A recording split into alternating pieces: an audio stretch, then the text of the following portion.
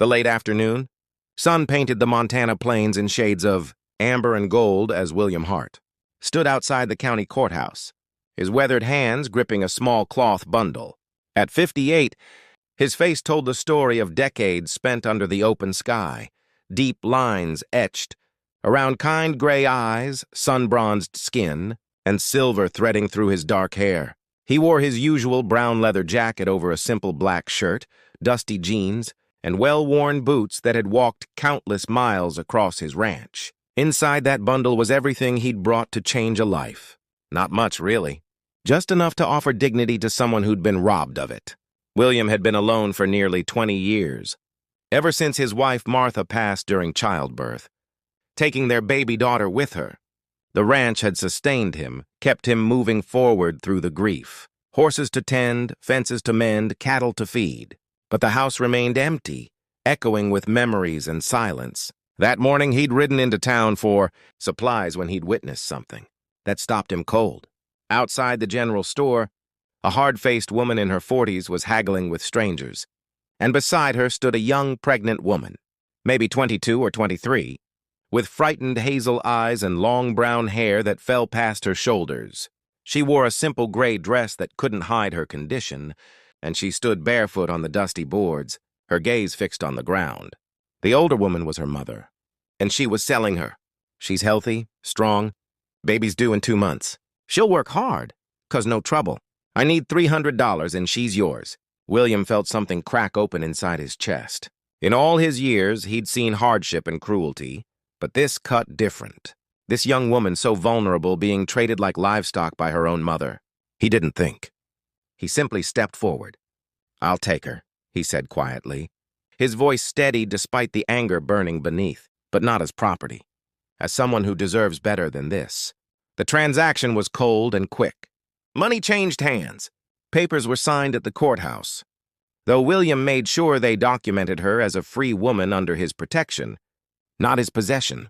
The mother left without a backward glance, counting bills as she walked away. Now, standing in the fading light, William turned to the young woman beside him. She hadn't spoken a single word. Her eyes held a mixture of fear and exhaustion, like someone who'd learned not to hope for kindness. "My name's William," he said gently. "William Hart. I have a ranch about an hour's ride from here. You'll have your own room, your own space. I'm not asking anything from you except to let me help. You and your baby will be safe. That's a promise." She looked at him then, really looked at him, searching his face for the lie. When she didn't find one, her lips trembled. "Sarah," she whispered. "My name is Sarah Mitchell." "Well, Sarah Mitchell," William said, offering her the cloth bundle. "I brought you some shoes and a warm shawl for the ride home. It gets cold in the evenings." The ride to the ranch was quiet, but it was a different kind of quiet than before. Sarah sat carefully on the bench of the wagon beside him, wrapped in the shawl, wearing the simple leather shoes he'd bought. She kept glancing at him as if trying to understand what sort of man he was. William didn't push conversation. He simply drove, pointing out landmarks along the way. "That's Eagle Creek, where the best fishing is. Those hills there, they turn purple when the wildflowers bloom in spring. The ranch sits in the valley just beyond them." When the house came into view, a sturdy 2-story structure, with a wide porch and warm lights glowing in the windows, Sarah drew in a sharp breath. It looked like something from a dream, solid and welcoming. "It's too much," she said, her first full sentence. "Why are you doing this?" William was quiet for a long moment, guiding the horses up the path.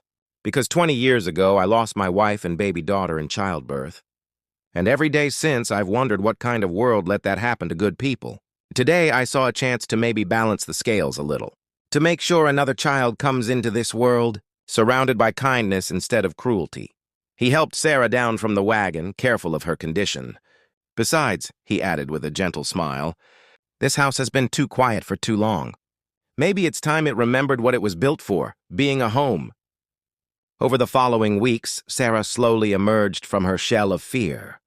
William gave her the largest bedroom upstairs, the one with windows facing the sunrise.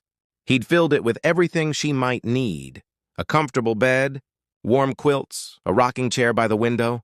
He never asked about her past, never pressed her to explain. Instead, he simply showed her, day by day, what respect looked like. He knocked before entering rooms. He asked her preferences for meals. He taught her to ride the gentle mare named Willow, taking slow walks around the property when she felt up to it. Sarah began to smile, then to laugh. She helped in the kitchen, though William insisted she rest often.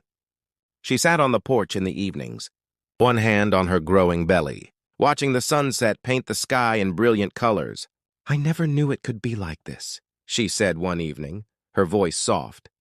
"I never knew men could be kind just to be kind." William rocked slowly in his chair beside her. Some people forget that strength isn't about control. Real strength is about protection, about using what you have to shelter those who need it. As Sarah's due date approached, William converted the downstairs study into a birthing room, bringing in the town's best midwife, a warm woman named Mrs. Henderson who'd delivered half the babies in the county. On a cool September night, Sarah went into labor. William paced the hallway, his heart pounding with old memories and new fears.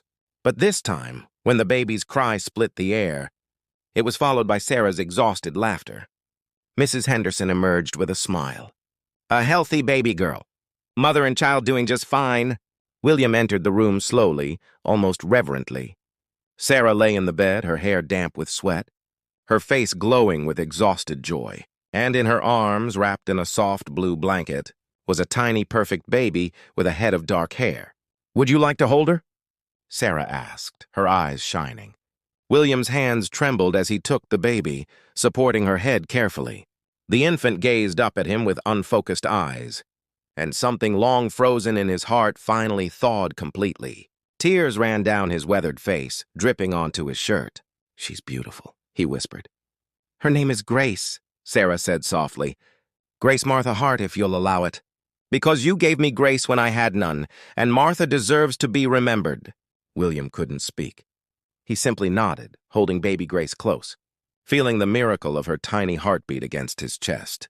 In the months that followed, the ranch transformed into a real home. Grace's laughter filled the rooms. Sarah bloomed into a confident mother and gradually into something more, a daughter to William, a partner in running the ranch, family. On Grace's first birthday, as they gathered on the porch to celebrate with a simple cake Mrs. Henderson had brought, Sarah watched William bouncing the baby on his knee, making her giggle.